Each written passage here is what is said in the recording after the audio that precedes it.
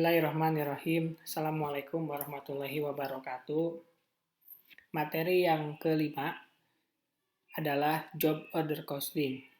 Materi ini akan dibahas di dua pertemuan.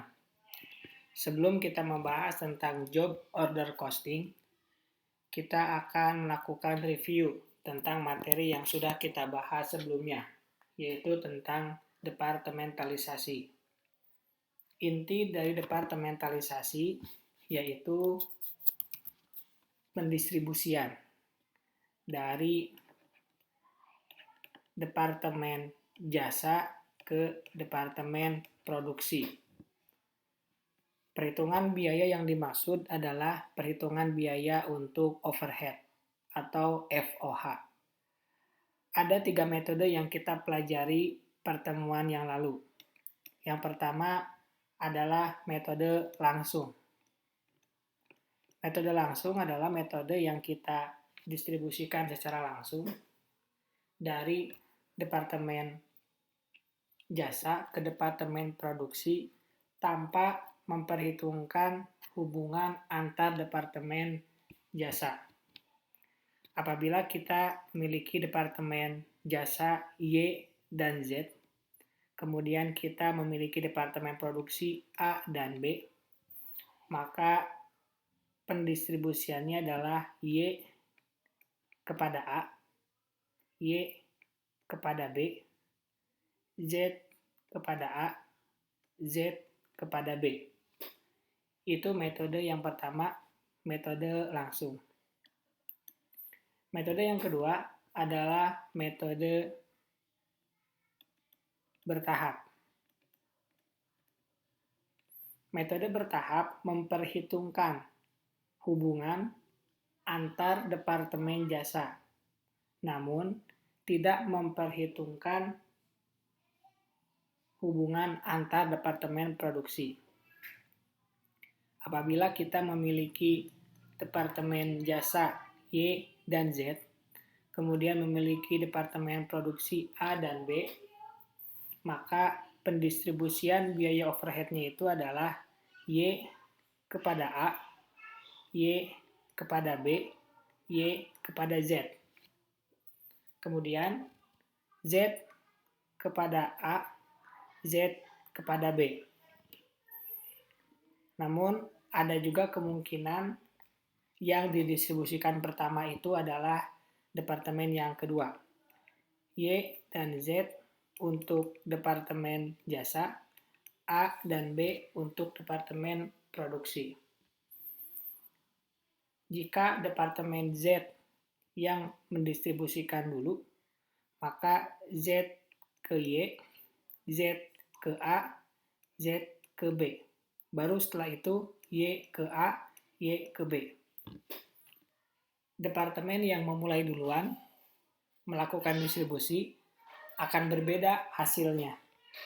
Jadi kita perlu mengetahui secara pasti departemen mana yang didistribusikan terlebih dahulu.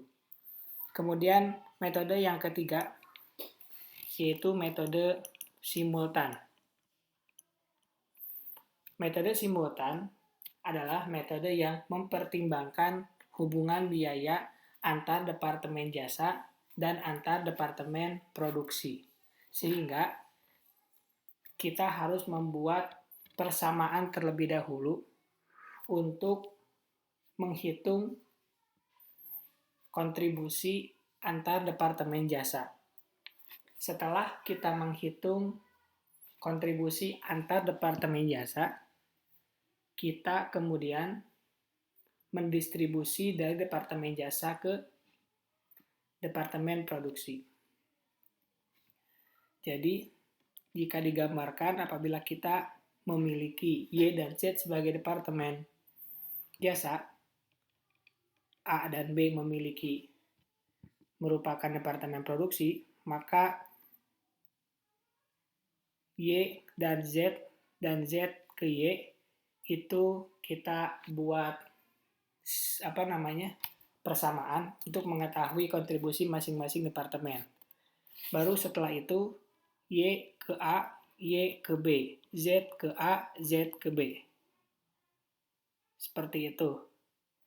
Ini yang kita pelajari di materi yang lalu tentang departementalisasi. Adapun yang akan kita bahas di materi job order costing adalah 6 ini.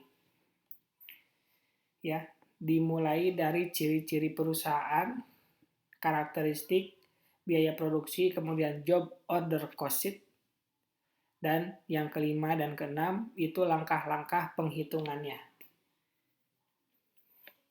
1 sampai 4 itu teori ya. 5 dan 6 hitungan. Seperti itu. Kita mulai dari ciri-ciri perusahaan yang berproduksi pesanan. Sebagaimana kita pernah bahas di pertemuan awal, bahwa produksi perusahaan manufaktur itu ada 2 cara proses produksinya. Yang pertama adalah produksi secara massal dan produksi berdasarkan pesanan. Dikatakan secara massal jika dilakukan terus-menerus dan jumlahnya banyak. Mau itu ada yang pesan, mau itu nggak ada yang pesan. Mau itu ada yang beli, mau itu ada yang tidak beli. Seperti CD, compact disc, sabun, kemudian sampo, mie instan, kemudian susu kaleng, dan lain sebagainya. Apabila perusahaan memproduksi secara pesanan, maka pada saat produksi hanya akan dilakukan jika ada pesanan. Oleh karenanya, tujuan dari produksi berdasarkan pesanan adalah untuk memenuhi pesanan pelanggan. Seperti contoh undangan pernikahan.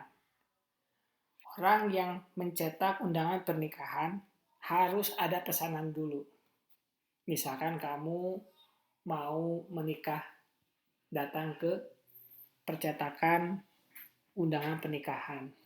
Baru setelah dapat pesanan dari kita atau dari kamu, gitu ya, baru si tempat percetakan itu mencetakkan, gitu.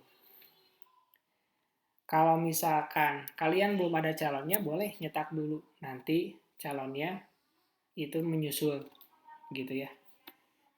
Atau produk catering. Produk catering pun sama. Karena menunya kita ingin beda atau ingin tertentu, jumlahnya pun berbeda, itu sama. Kita akan memesan dulu, baru dibuatkan. Pesawat terbang, mebel, kapal pesiar juga sama, seperti itu. Kalau kita definisikan pesanan adalah suatu unit atau sekelompok barang yang diproduksi berdasarkan spesifikasi tertentu yang diminta oleh pelanggan. Bentuknya bisa produk baju, celana, jaket, hoodie, gamis, proyek misalkan jalan, jembatan, halte, terminal, kontraknya misalkan kontrak untuk pembuatan kereta api cepat, begitu ya, itu bisa disebut sebagai pesanan. Makanya dikasih gambar itu kapal pesiar. Kapal pesiar itu tergantung kepada kita yang memesan.